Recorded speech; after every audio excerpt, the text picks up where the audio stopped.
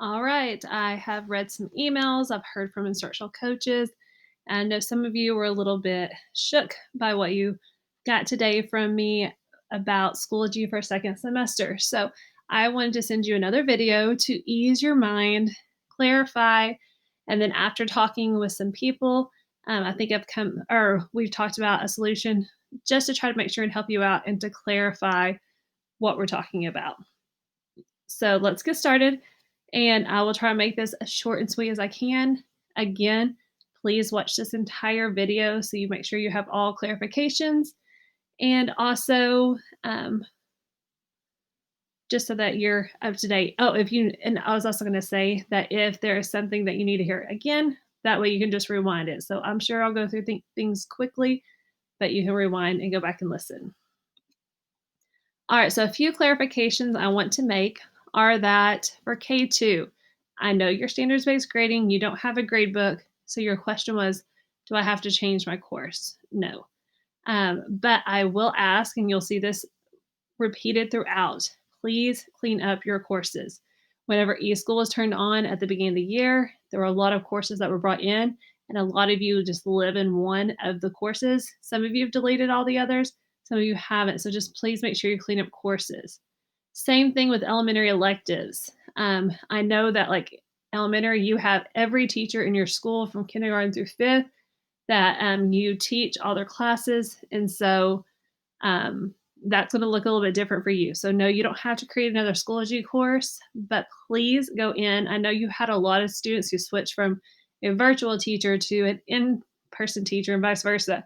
So, please go back through your courses, like you'll hear throughout this video, clean up, and make sure that the rosters on eSchool match the rosters on Schoology.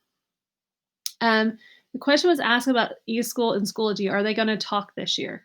They will not.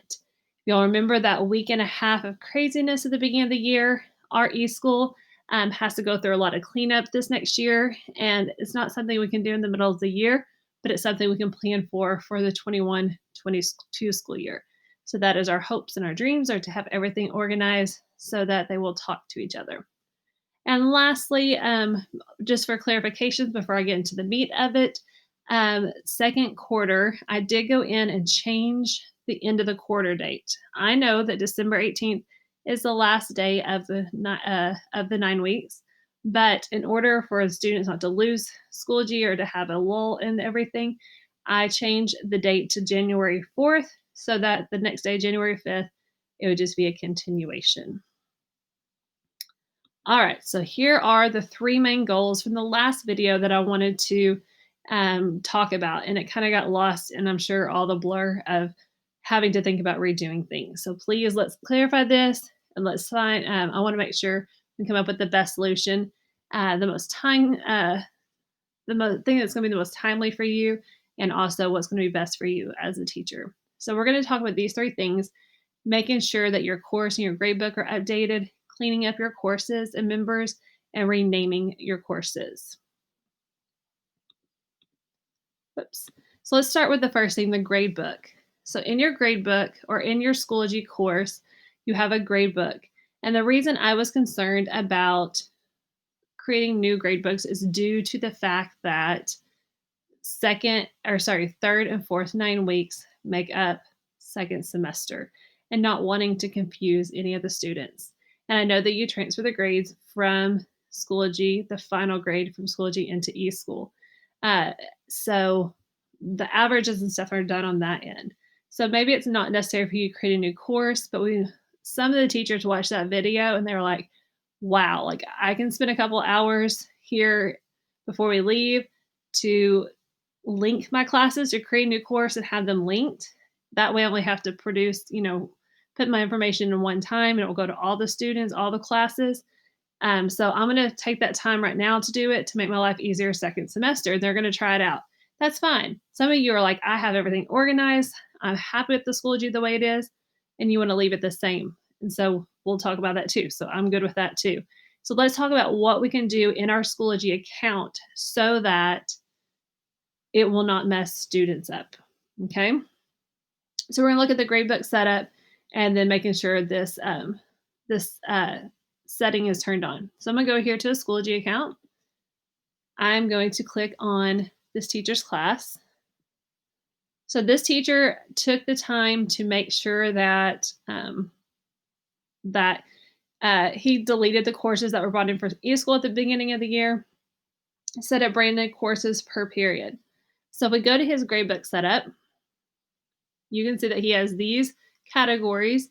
Right now, he only has it selected for first and second quarter, but he may want to go back in and change this to third and fourth, or he may decide, hey, I want to create new courses so I can link them all. So whichever he decides, he could do that. Right now, his will do that, or his are set just for first and second quarter. Right here, this is a setting I want you to look at though.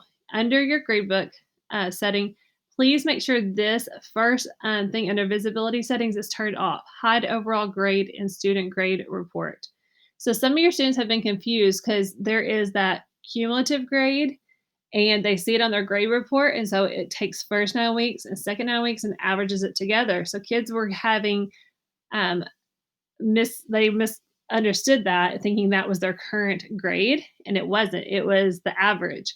And so, please, if you turn that off, then the student will only see first 9 weeks, second 9 weeks, third if you decide to keep using this course, and fourth. So, if you want to keep the same course because you have it all set up, that's great. You can do that. If you want to create a new course for the new semester and kind of have a fresh start, you can do that as well. If you decide to create a new one, remember you don't have to create these categories again. You can just hit this copy settings and take the settings that you have here and transfer it to the new course that you create. So you just pick which course that you want it to go to and just hit copy settings and it's done. So the same things that are happening here are happening in the other class now.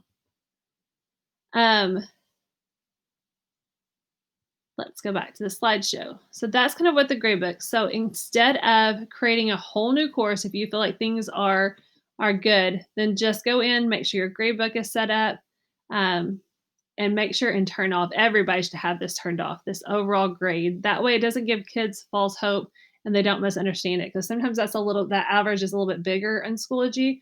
And so they think that's their grade. So make sure everybody turns off this visibility setting under your gradebook setup. Okay.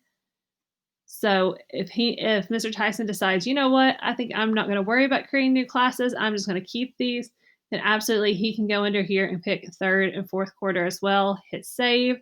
No need to pick full year, just third and fourth quarter. Hit save, and that will get his course set up for the whole semester. He doesn't have to do anything else. Something that I can tell you that these teachers do is they keep all the teachers in this school or in this hall, they all keep their Schoology set up very similar so that students aren't confused. But at the end of this 9 weeks, he'll create a folder like this that says assignments for first 9 weeks. He'll create one that says assignments for second 9 weeks. Put everything from second 9 weeks in that. So again, that Schoology course is all cleaned up and the students are not confused. They can start essentially with like a fresh slate. So that is the gradebook. All right. So the second thing I want to talk about is cleaning up your courses and updating the members. Okay. So one of the questions that was emailed to me is asking about archived courses and deleted courses. So I just want to review this. So when I'm at the main screen, I click on courses and click on my courses.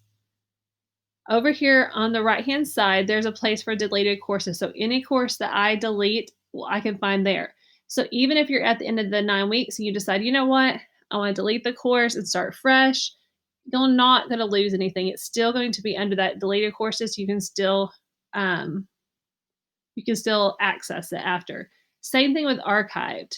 So once a course is archived, if you go into the course, you can still go in and make changes. So if a teacher gets a grade that's late, they can go in, but students can't go in and do anything until archive course. Teachers can, students cannot. But that's where you can find your archive courses and your deleted courses. Let's see the next thing so I don't forget. I did talk about using folders on that last part of that to reorganize. That way, all your material is nice and neat for students starting for third 9 weeks. So if this teacher, if she wants to go through, she sees she has a lot of stuff in here. So if she wants to put everything from second 9 weeks into a folder, and kind of put it at the bottom, that's great. One thing to remember right here, guys, do not unpublish the folders. Okay. So what that means right here. So if Miss Hum says, you know what, I want to unpublish this folder right here so that kids don't see it on their Schoology and that way I can clean it up. She actually did this the first 9 weeks after it, trying to clean it up. If you unpublish the folder, the grades will also disappear. And teachers were a little bit surprised when they saw that. They're like, oh no, my stuff's gone. But luckily they could just republish it and everything came back. But just to let you know that, if you unpublish something, it will disappear from the gradebook or it unpublishes from the gradebook. And last but not least, for everybody, please go in and check the members of your class. So when you're in a course, you can go right here to members. And then you can check to make sure that these students are still in your class. If there's a student who's not in your class, you can just click out here to the side and unenroll them. And the good thing is up here, she has these classes linked so she can go into either one to see. But I think she has mixed all of her virtual kids in with this class. But right here, there's this inactive. So if you have a student who left your 4th period and went to your 5th period and you unenrolled them, everything is still here. So these are students that have been inactivated, but if for some reason that student comes back, you can re-enroll them and their work and their grades will come back as well. Just a quick side note, in your ClassLink portal, I talked about this new icon, the instructional technology help. And in here, I have it linked to the article in the Schoology help right here about moving student grades from one section to another. So that might be helpful if you have a student who moves courses. All right, so that kind of tells you about the members. So again, please go in and check your members from eSchool so that you can make sure they're all correct. And that especially needs to be done in all the classes, just to make sure there's not accidentally somebody who's got more stuff, because the students cannot unenroll themselves from a course. They have to be unenrolled by the teacher. So just to let you know that. All right, so last but definitely not least is about renaming courses. So I sent this in the last email about your course name and your title, and the course name needs to be the title of your course. The section name needs to be the period. And as I demonstrated before, this is my son's account, and you can see that this teacher has the subject, he has what period it is, what that is, but then over here, this teacher, she went in and changed it, but she had like science. So we make sure we know who the teacher is, what the course is, what period it is. Some of you have great little icons here to show you like the course. So if you're one of those teachers who are still using the course that was brought in from eSchool and it's a crazy naming convention, then having this course picture that tells you what the course is, what period is, will be a very big help.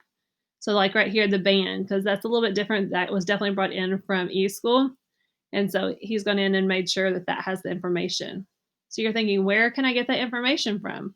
Well, again, in our ClassLink portal, oh, this is my son's. In your ClassLink portal, where I have that link right here, there is a place where you can look at course image template. This is brought to us by our friends at Fried Technology, and it will give you a Google slide and tell you how you can create the Google slide for your image so that you can create a cute class thing that tells the subject, the period, all the information, and then you can download it and put it into your course. That way you can have a nice picture for your course. All right, so renaming the course is super important. That way parents and students know. So if you can't go in and physically change the name of it, you can go in and create this course picture to make it where parents and students can understand. Let me go back to this real fast. If you do have a course that you can change the name, let me go back to Mr. Tyson's right here.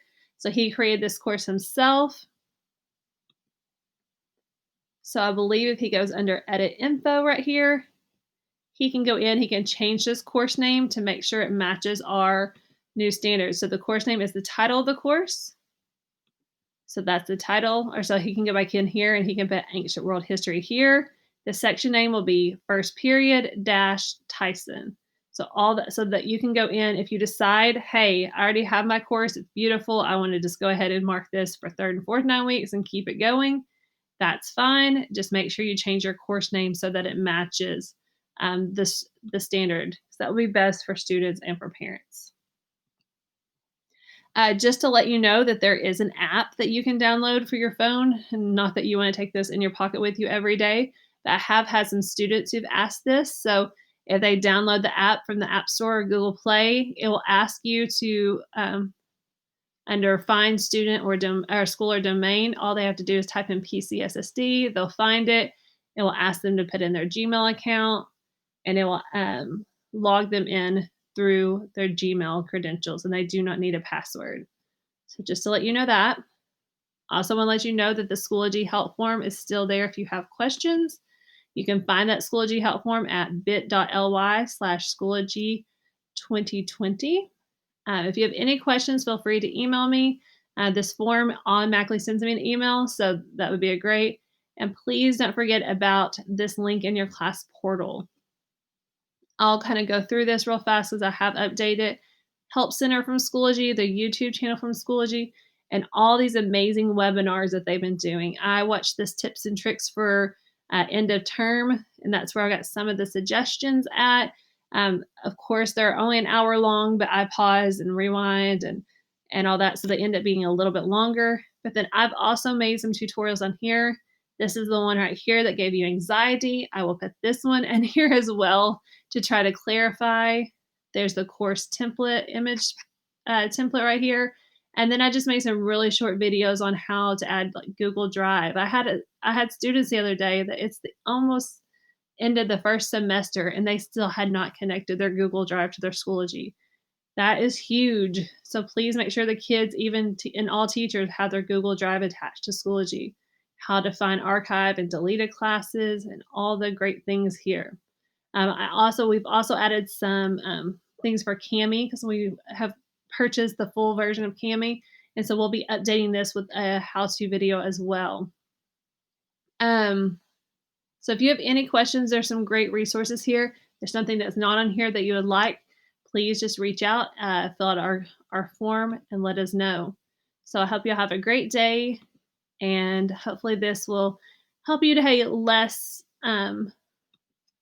anxiety. And I apologize for any kind of stress that I've put you through, but I hope that you have a great day and a great Christmas break.